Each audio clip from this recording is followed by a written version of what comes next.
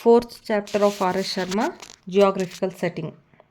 Emergence of India. The Indian subcontinent emerged as a separate geographical unit some 40 million years ago. Originally peninsular India, together with Antarctica, Africa, Arabia, and South America, is considered to have been a part of southern supercontinent called Gondwana land. Earlier, Gondwana land, together with the northern supercontinent Laurasia, comprising North America, Greenland, Europe, and most of Asia north of Himalayas, formed a single landmass called Pangaea. Then Gondwana land and Laurasia became separate units. Due to tectonic movements, different parts began to break away from Gondwana land, giving rise to separate geographical units, including peninsular India.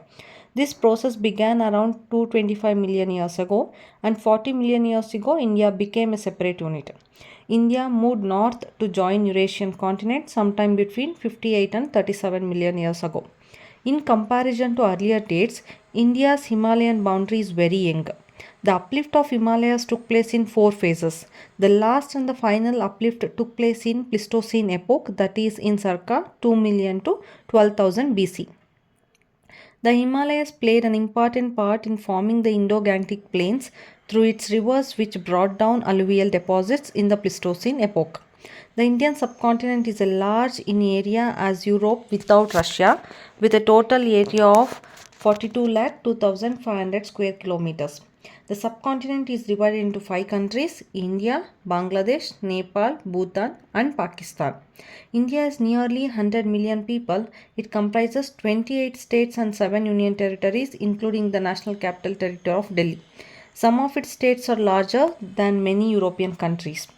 The role of the monsoon.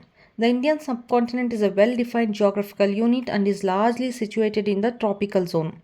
The monsoon has played an important role in the India's history. The southwest monsoon lasts between June and October and brings rain in varying degrees to major parts of the country. In ancient times, irrigation was not an important factor and rains played a crucial role in agriculture. What is known today as Kharif crop in North India depended primarily in ancient times on southwest monsoon. In winter, the western disturbances bring rains to northern India, where wheat, barley, and the like constitute the main crop. A part of peninsular India, particularly the coastal areas of Tamil Nadu, gets its major rainfall from the northeast monsoon from mid October to mid December. Once the direction of the monsoon was discovered, sometime around AD 1st century, traders sailed with southwest monsoon from Western Asia and Mediterranean area and came to India and Southeast Asia. They returned westward with arrival of northeast monsoon. The discovery of the monsoon enabled India to carry on trade and establish cultural contacts with Western India and Mediterranean area as well as with Southeast Asia. The northern boundaries. India is bounded by Himalayas on north and seas on the other three sides. The Himalayas protect the country against the cold Arctic winds blowing from Siberia through Central Asia. This keeps the climate of North India fairly warm throughout the year. As the cold is not very severe in the plains, people do not need heavy clothing and can live in open for longer periods. Secondly, the Himalayas are sufficiently high to shield India against invasions from the north. This was specifically true in pre-industrial times when communications were very difficult. However, on the northwest, the Suleiman mountain ranges, which are a southward continuation of Himalayas, could be crossed through the Khyber, Bolan, and Gomal passes. The Suleiman ranges are joined southward in Balochistan by Kairtar ranges, which could be crossed through the Bolan Pass. Through these passes, two-way traffic between India and Central Asia has continued from prehistoric times onwards. Various peoples from Iran, Afghanistan, and Central Asia came to India as invaders and immigrants, and vice versa. Even the Hindu Kush, the westward extension of Himalaya system, did not form an insuperable barrier between Indus and the Oxus system. The passes facilitated trade and cultural contacts between India on one hand and Central Asia and West Asia on the other. Nestled in the Himalayas are the valleys of Kashmir and Nepal. Surrounded on all sides by high mountains, the valley of Kashmir developed its own way of life but could be reached through several passes. Its winter compelled some of its people to go to the plains, and its summer attracted the shepherds from the plains. Economic and cultural interaction between the plains and the valley was continuing. The Pamir Plateau did not prevent it from becoming a transmission center of Buddhism to the adjacent areas of Central Asia. The Valley of Nepal, smaller in size, is accessible to the people of Gangetic Plains through a number of passes. Like Kashmir, it too became a center for cultivation of Sanskrit. Both these valleys became repositories of the largest number of Sanskrit manuscripts. The foothills of Himalayas lend themselves to easier clearance than the jungles on the alluvial soil of the plains. It was easy to cross rivers in these areas because of their narrower width, and hence the earlier routes skirted along the foothills of Himalayas from the west to the east and vice versa. It was therefore natural that the earliest agricultural settlements were founded in the foothills and uplands, and trade routes followed the Terai route. Rivers. The heart of the historical India is formed by its important rivers, which are swollen by tropical monsoon rains. These consist of plains of Indus system, the Indo-Gangetic Divide, the Gangetic Basin, the Brahmaputra Basin. Proceeding from west to east, we find the annual rainfall gradually increasing from 25 cm to over 250 cm. The Indus vegetation based on 25 to 37 cm rainfall, and possibly the western Gangetic vegetation based on 37 to 60 cm rainfall, could be cleared with stone and copper implements and made fit for cultivation, but this was not possible in case of mid-Gangetic vegetation based on 60 to 125 cm rainfall, and certainly not in the case of lower Gangetic and Brahmaputra vegetation based on 125 to 250 cm rainfall. The thickly forested areas, which also had hard soil, could be cleared only with the aid of iron implements, which became available at a much later stage. Therefore, the natural resources of less rainy western area were utilized first. The large-scale human settlements generally spread from west to east. Once brought under cultivation, the Indus-Gangetic plains produced rich crops and supported successive cultures. The Indus and the Western Gangetic plains principally produced wheat and barley, while the Middle and Lower Gangetic plains largely produced rice, which also became the staple diet in Gujarat and south of India. The Harappan culture originated and flourished in the Indus Valley.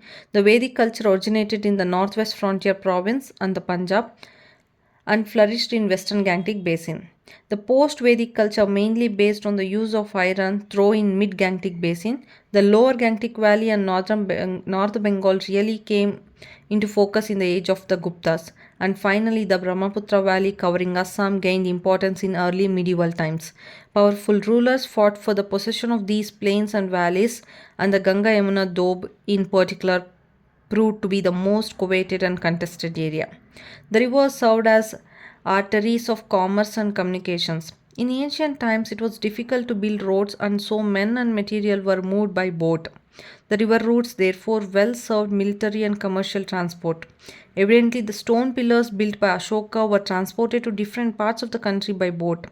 The importance of rivers for communications continued till the days of East India Company. Besides, the rivers inundated the neighboring areas and made them fertile. They also supplied water to the canals cut from them. However, they caused heavy floods which periodically inundated and destroyed towns and villages in the northern plains, and therefore many ancient buildings were totally washed away and destroyed. Nevertheless, important towns and capitals such as Hastinapur, Prayag, Varanasi, Pataliputra were situated on the banks of the rivers. In modern times, urban cities are located at railway and road junctions or in industrial or mining zones, but in pre-industrial times, towns were mostly situated on the river banks and junctions. Above all, it was the rivers that demarcated political and cultural boundaries, which were also formed by mountains. Thus, in the eastern part of Indian peninsula, the area known as Kalinga, covering the coastal belt of Odisha, was situated between the Mahanadi to the north and the Godavari to the south. Similarly, Andhra Pradesh largely lay between the Godavari to the north and the Krishna to the south. The deltaic plains formed by these two rivers at their mouth shot into prominence by beginning of Christian era, when they became studded with towns and ports under the Shatavahanas and their successors. Finally, a major part of Tamil Nadu was situated between Krishna to the north and the Kaveri to the south. The Kaveri valley extended in south roughly to the Vaigai river, and in north to the south Penna river. Vaigai River, and in the north to the south Penna River. It formed a distinct geographical zone and became the seat of Chola power a little before the beginning of Christian era. This area was different from North Tamil Nadu, which consisted of uplands and came into prominence under the Pallavas in 4th to 6th centuries. The eastern part of peninsula is bounded by Coromandel coast. Although the coastline is flanked by the eastern ghats or steppes, the ghats are not very high and have several openings caused by eastward flow of rivers into Bay of Bengal. Thus, communication between the eastern coast on one hand and the other parts of the Andhra and Tamil Nadu on the other was not difficult in ancient times. The port cities of Arakamedu, modern name Rakamedu, Mahabalipuram, and Kaveri Pattanam were situated on the Coromandel coast. The western part of peninsula does not have such distinct regional units. We can, however, locate Maharashtra between Tapi, Damanganga to the north, and Bhima to the south. The area covered by Karnataka seems to have been situated between the Bhima and the upper regions of Krishna to the north and Tungabhadra to the south. For a long time, the Tungabhadra provided a natural frontier between the warring powers to its north and south. Just as Chalukya of Badami and Rashtrakuta found it difficult to extend their sway to the south of Tungabhadra, so also the Pallavas and Cholas found it difficult to extend their authority to its north. The coastal area in the extreme southwest of the peninsula was covered by modern state of Kerala. The sea coast along with western part of peninsula is called as Malabar coast. Although the coast came to have several ports and small kingdoms, communication between the coast and the adjoining areas of Maharashtra, Karnataka, Kerala were rendered difficult by western Ghats with difficult passes to cross. In between the Indus and Gangetic systems to the north and Vindhya mountains to the south lies a vast stretch of land which is divided into two units by Aravali mountains. The area west of Aravallis is covered by Thar Desert, although a part of Rajasthan also lies in this region. The vast expanse of the desert made human settlements impossible in ancient times. However, a few fertile oases scattered in the desert was settled, and from early times it has been possible to cross the desert on camels. The southeastern portion of Rajasthan has been comparatively fertile area since ancient times, and because of the existence of K3 copper mines in this region, it came to be settled in the Chalcolithic period. Rajasthan shades off into the fertile plains of Gujarat, which are irrigated by the waters of Narmada, Tapi, Mahi, and Sabarmati. Situated at the end of the northwestern portion of Deccan Plateau, Gujarat includes the less rainy Kathiawar Peninsula. The coastal area of this state is fairly inundated and therefore indented and therefore suitable for the establishment of several harbors. Therefore, since ancient times, Gujarat has been famous for its coastal and foreign trade, and its people have provided to be enterprising traders. South of Ganga Yamuna Doab and bounded by Chambal River to the west, the Sun River on the east, and Vindhya Mountains and Narmada River to the south lies the state of Madhya Pradesh. Its northern part consists of fertile plains. At present, Madhya Pradesh is the largest state in the country and can be broadly divided into two parts, eastern and western. The eastern part, mostly covered by Vindhyas, became historically important in Gupta times in the 4th and 5th centuries. However, western Madhya Pradesh includes Malwa, which has been the scene of historical activities from the 6th century BC onwards. Malwa served as an important hinterland for the Gujarat ports, and many wars were fought between the Deccan and the northern powers of the possession of Malwa and Gujarat. The Shakas and Shatavahanas fought for the possession of this key area in its 1st and 2nd centuries, and the Marathas and Rajputs in the 18th century. Natural frontiers and cultural contacts. Each of the areas bounded by rivers, in some cases by mountains, and sometimes with deltas and plateaus, constituted a political and administrative unit in which different ruling dynasties rose and fell. On account of difficult communications in vast country and defensibility of natural frontiers, it was not easy for the ruling class of one region to establish its control over all the other regions. Gradually, every region grew into a distinct cultural unit with its own style of life and language. However, in northern and western India, most languages were derived from the same Indo-Aryan stock and hence had many elements in common. What is also important is that virtually throughout India, Sanskrit came to be cultivated and understood. The Vindhya Mountains cut right across India from west to east and formed a boundary between North and South India. The speakers of the Dravidian language lived south of India and of Indo Aryan languages north of them. In between lived tribal peoples in Vindhya regions where they are still found. The coastal areas along the eastern and western Ghats attracted settlers and traders, and the south was engaged in flourishing foreign trade. The Vindhyas do not constitute insurmountable barriers. In ancient times, despite the difficulty of communications, people moved from north to south and vice versa. This led to a give and take in culture and language. Repeatedly, the northern powers moved down to the south and southern rulers moved up to the north. So too did traders, missionaries, and cultural leaders, particularly the Brahmanas. This two-way traffic was continuing and helped the development of composite culture. Although most regions had defined natural frontiers, not every region possessed the resources necessary to sustain livelihoods in isolation. Therefore, from prehistoric times onwards, the common need for metals and other resources produced a network of interconnection between different regions of the country. Minerals and other resources. The exploitation of the natural resources of India has an important bearing on its history. Until human settlements developed on a large scale, given the high rainfall, substantial areas of Indian plains abounded in thickly forested areas which provided game and supplied forage, fuel, timber. In early times, when burnt bricks were not much in use, timber houses and palisades were constructed. They have been found in Pataliputra, India's first important capital. For construction and tool making, all kinds of stones, including sandstone, are available in India. The earliest human settlements are naturally found in the hilly areas and in those river valleys that are situated between the hills. In historical times, more temples and pieces of sculptures were made of stone in Deccan and South India than in the plains of northern India. Copper is widely distributed in India. The richest copper mines are located in the Chota Nagpur plateau, particularly in Singhbum district. The copper belt is about 130 km long and shows many signs of ancient workings. The earliest people who used copper implements in Bihar exploited the copper mines of Singhbum and Hazaribagh, and many copper tools have been discovered in South Bihar and parts of Madhya Pradesh. Rich copper deposits are also to be found in the K3 mines in Rajasthan. These were tapped by both pre Vedic and Vedic people who lived in areas now covered by Pakistan, Rajasthan, Gujarat, and the Ganga Yamuna Doab. Numerous copper belts have been found in the K3 zone and they seem to belong to the period anterior to 1000 BC. As copper was the first metal to be used, it is invested by Hindus with great purity, and utensils made out of it are used in religious rituals. India today produces virtually no tin, and this was scarce even in ancient times.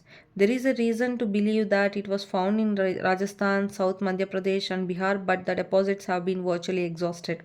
As bronze is made by mixing copper with a tin with copper, we do not find many bronze objects in prehistoric times. The Harappans possibly procured some tin from Rajasthan, but their main supply came from Afghanistan, and even this was limited. Hence, although the Harappa people used bronze tools, their number in comparison to those found in Western Asia, Egypt, and Crete is very small, and their tools contain a smaller percentage of tin. Therefore, the major part of India had no proper Bronze Age, that is, an age in which tools and implements were largely made of bronze. Starting with the early centuries of Christian era, India developed intimate connections with Myanmar and Malay Peninsula, which had an abundance of tin. This made possible the use of bronze on large scale, especially for statues of gods in South India. Tin for the Bihar bronzes of Pala times was possibly obtained from Gaya, Hazaribagh, and Ranchi, for in Hazaribagh tin ores were smelted till the middle of the last century. India has been rich in iron ores, which are found particularly in South Bihar, Eastern Madhya Pradesh, and Karnataka. Once the art of smelting using bellows, making steel, was learnt, iron could be used for war and more usefully to clear jungles and for deep and regular cultivation. The formation of the first empire in Magadha in the 6th to 4th century BC owed much to the availability of iron just south of its region. The large scale use of iron made Avanti, with its capital at Ujjain, an important kingdom in the 6th and 5th century BC. The Shatavahanas and other dynasties that arose south of India may have exploited the iron ores of Andhra and Karnataka. Andhra possesses large uh, lead resources which explains the large number of lead coins in kingdom of Shatavahanas who ruled over Andhra and Maharashtra in the first 2 centuries of Christian era. Lead may have also been obtained from the towns in Rajasthan. The earliest coins, called punchmarked coins, were made largely of silver, although this metal is rarely found in India. However, silver mines existed in early times in Kharagpur Hills in Moenga district, and they are mentioned as late as the reign of Akbar. This accounts for the use of the white metal in the earliest punchmark coins found in Bihar. Large quantities of gold dust, which were carried by river streams from the Himalayas, were collected from the deposits of river channels in the plains. These deposits are called placers. Gold is found in the Kolar gold fields of Karnataka. A very early trace of gold has been found at New Stone Age site of around 1800 BC in Karnataka. We have no indication of its exploitation till the beginning of 2nd century AD. Kolar is considered to be the earliest capital of Gangas of South Karnataka. Much of the gold used in early times was obtained from Central Asia and the Roman Empire. Gold coins therefore came into regular use during the first 5 centuries of Christian era. As the local resources were insufficient to maintain the gold currency over a long spell of time, once the supply from outside stopped, gold coins became rare. In ancient times, India also produced a variety of precious stones, including pearls, especially in central India, Odisha, and South India. Precious stones formed an important item of trade in articles which were eagerly sought for by the Romans in early centuries of Christian era.